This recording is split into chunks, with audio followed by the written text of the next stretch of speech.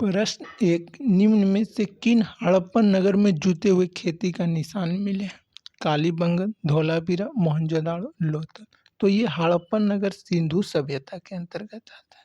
सिंधु सभ्यता के अंतर्गत आता है।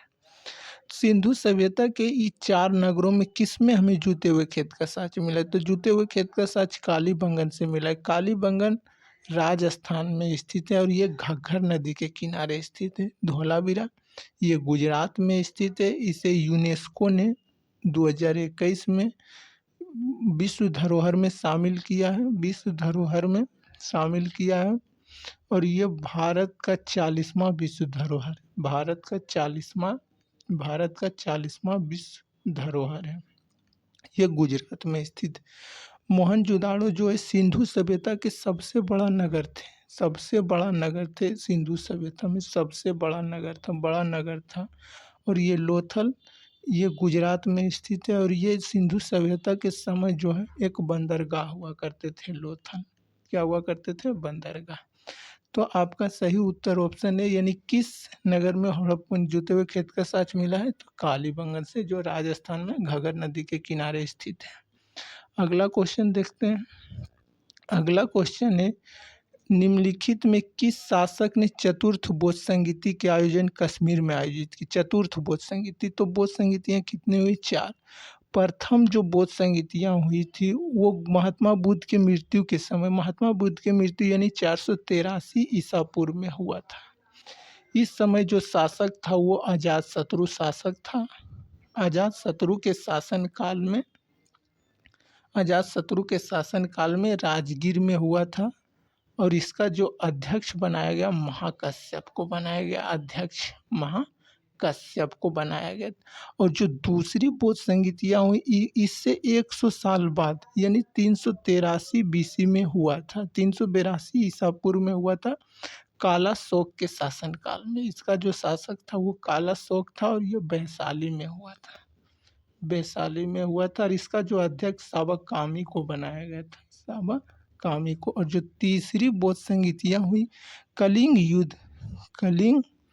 कलिंग युद्ध जो है 261 ईसा पूर्व में हुआ था। कलिंग युद्ध 261 ईसा पूर्व। कलिंग युद्ध के बाद अशोक ने बौद्ध धर्म में अपना रुचि को जताने लगे और इसके 10 वर्ष बाद यानी 251 ईस्वी में, 251 ईसा पूर्व में अशोक के शासनकाल में पाटलिपुत्रा में तीसरी बोध संगीतियाँ हुई और मोगलीपुत्र गोसाल इसके अध्यक्ष बने गए। मोगलीपुत्र गोसाल इसके अध्यक्ष। और जो चौथी बोध संगीतियाँ हुई ये शताब्दी के प्रथम ईसा पूर्व में हुआ था और ये कनिष्क के शासनकाल में हुआ था। कनिष्क के शासनकाल में कुंडलवन कश्मीर में हुआ था, कुंडलवन कश्मीर में हुआ था। और इसका अध्यक्ष जो बनाया गया वो वसुमित्र को बनाया गया। तो तीसरी बोध संगीत, चतुर्थ प्रश्न में दिया है चतुर्थ बोध संगीतियाँ कश्मीर में किसने आयोजन किया? तो कनिष्क ने। आपका सही उत्तर ऑप्शन सी हो जाएगा। दूसरा का तीसरा क्वेश्चन देखते हैं। तीसरा में निम्नलिखित में किस भारतीय दर्शन ने परमाणु सिद्धांत का प्रतिपादित किया था? तो ये 4 भारतीय दर्शन है, योग दर्शन, न्याय दर्शन, सांख्य दर्शन और वैशेषिक दर्शन। तो योग दर्शन के जो संस्थापक थे, योग दर्शन पूरा इसको पढ़ेंगे, योग दर्शन के जो संस्थापक थे वो पतंजलि था। योग दर्शन के संस्थापक पतंजलि। न्याय दर्शन के जो संस्थापक थे वो गौतम थे।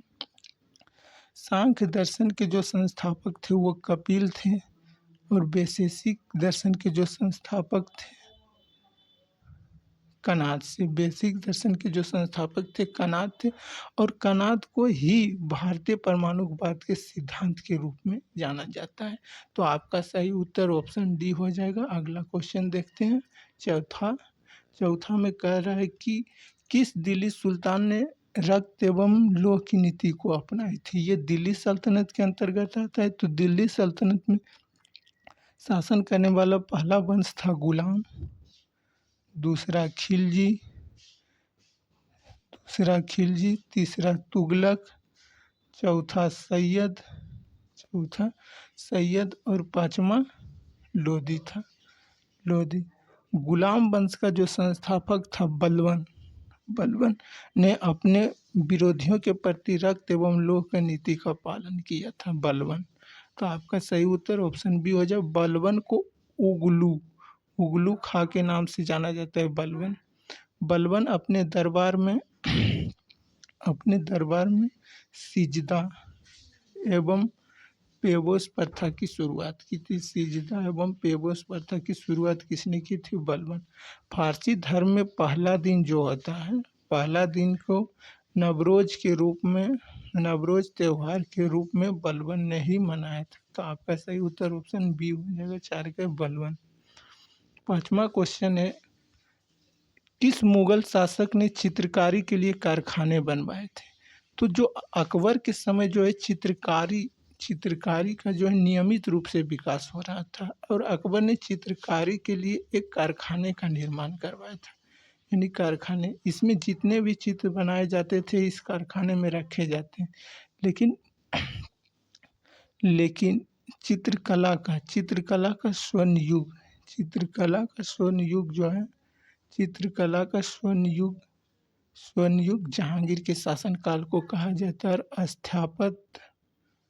और स्थापत कला का जो स्वर्ण युग कहा जाता है, वो स्वर्ण युग जो कहा जाता है वो शाहजहां के समय को कहा जाता है। तो आपका सही उत्तर ऑप्शन बी, अकबर ने चित्रकारियों के लिए कारखाने बनवाए थे। Akbar, option B. अगला क्वेश्चन 6ठा कह रहा है कि निम्नलिखित में से 1857 के विद्रोह में सक्रिय भाग किसने लिया था? नाना साहब, बेगम हजरत महल, मौलवी अहमदुल्ला और इनमें सभी। तो इन तीनों ने ही 1857 की क्रांति में भाग लिया था। जो 1857 की क्रांति को प्रथम भारतीय स्वतंत्रता क्रांति के रूप में जाना जाता है। प्रथम स्वतंत्रता भारतीय क्रांति के रूप में प्रथम स्वतंत्रता क्रांति के रूप में जाना जाता है। यह मेरठ से शुरुआत हुई। 1857 की क्रांति शुरुआत कहाँ हुई थी? मेरठ से। इसमें बहुत सारे क्रांतिकारियों ने भाग लिए थे, जिसमें 3 महत्वपूर्ण रानी लक्ष्मीबाई, मंगल पांडे को तो 1857 की क्रांति का चिंगारी कहा जाता है। 1857 की क्रांति के चिंगारी। और बहादुर शाह जफर को, ये बहादुर शाह जफर जो था ये मुगल वंश का अंतिम शासक था। मुगल वंश का अंतिम शासक था और ये दिल्ली से जो है अपना नेतृत्व कर रहा था। बहादुर शाह द्वितीय 1857 के दबने के फलस्वरूप जो है बहादुर शाह द्वितीय को जो है गिरफ्तार करके इसे ग्वालियर भेज दिया था। तो आपका सही उत्तर ऑप्शन इनमें सभी। नाना साहब कानपुर से थे, बेगम हजरत महल लखनऊ से, मौलवी अहमदुल्ला ये फैजाबाद से थे। तो आपका सही उत्तर ऑप्शन डी, इनमें सभी थे 1857 की क्रांति के नियम से। किस अधिनियम के बारे में जवाहरलाल नेहरू ने कहा, हमें एक ऐसी कार दी गई थी जिसमें सब ब्रेक थे किंतु इंजन नहीं थे?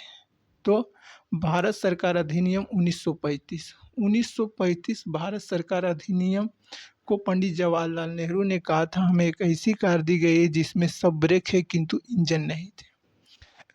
भारत में संविधान लागू होने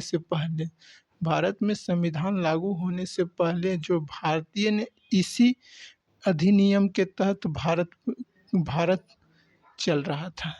तो आपका सही उत्तर ऑप्शन डी, भारत सरकार अधिनियम 1905। अगला क्वेश्चन है 8वां, दांडी यात्रा कितने दिन चले थे? जो दांडी यात्रा को नमक सत्याग्रह भी कहा जाता है। नमक सत्याग्रह भी कहा जाता है। और ये नमक सत्याग्रह का शुरुआत 12 मार्च 1930 से शुरू हुआ और ये 6 अप्रैल 1930 तक चला था। 6 अप्रैल 1930 तक चला था। ये 24 दिवसीय मार्च था, यानी 24 दिन का मार्च था। ये साबरमती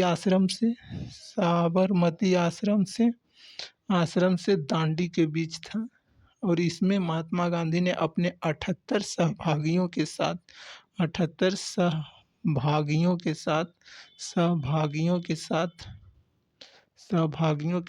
240 मील यह तो 390 किलोमीटर यात्रा करके नमक उठाकर नमक कर को तोड़ा और नमक सत्याग्रह के फलस्वरूप सविनय अवज्ञा आंदोलन की सविनय अवज्ञा आंदोलन की शुरुआत हुई थी। सविनय अवज्ञा आंदोलन की शुरुआत हुई, यानी ये तो कितना 24 दिवसीय मार्च था दांडी यात्रा। ऑप्शन सी 24 दिन। अगला क्वेश्चन है, कह रहा है प्राचीन महाजनपद मगध की प्रथम राजधानी कौन थी? जो 6ठी शताब्दी ईसा पूर्व था। 6ठी शताब्दी ईसा पूर्व में पूरे भारत, ये अखंड भारत में 16 महाजनपदों में बटा था। 16 महाजनपदों में बटा था। 16 महाजनपदों में बटा था। और जो सबसे सर्वश्रेष्ठ महाजनपद थे वो मगध थे। सर्वश्रेष्ठ एवं विकसित महाजनपद तो कौन था? मगध। कौन था? मगध। और ये जो मगध की प्रथम राजधानी हुआ करती थी वह राजगीर हुआ करती थी। तो आपका सही उत्तर ऑप्शन डी राजगीर हुआ करती। और ये जो 16 महाजनपदों में से जो है 8 महाजनपद केवल और केवल उत्तर प्रदेश का था। 3 महाजनपद बिहार के थे। 3 महाजनपद बिहार के और अन्य सभी राज्यों में भी थे, यानी 16 महाजनपद थे 6ठी शताब्दी ईसा पूर्व में। तो मगध का जो प्रथम राजधानी थी वो राजगीर थी, यानी ऑप्शन आपका डी हो जाएगा राजगीर। अगला क्वेश्चन देखते हैं। अगला क्वेश्चन,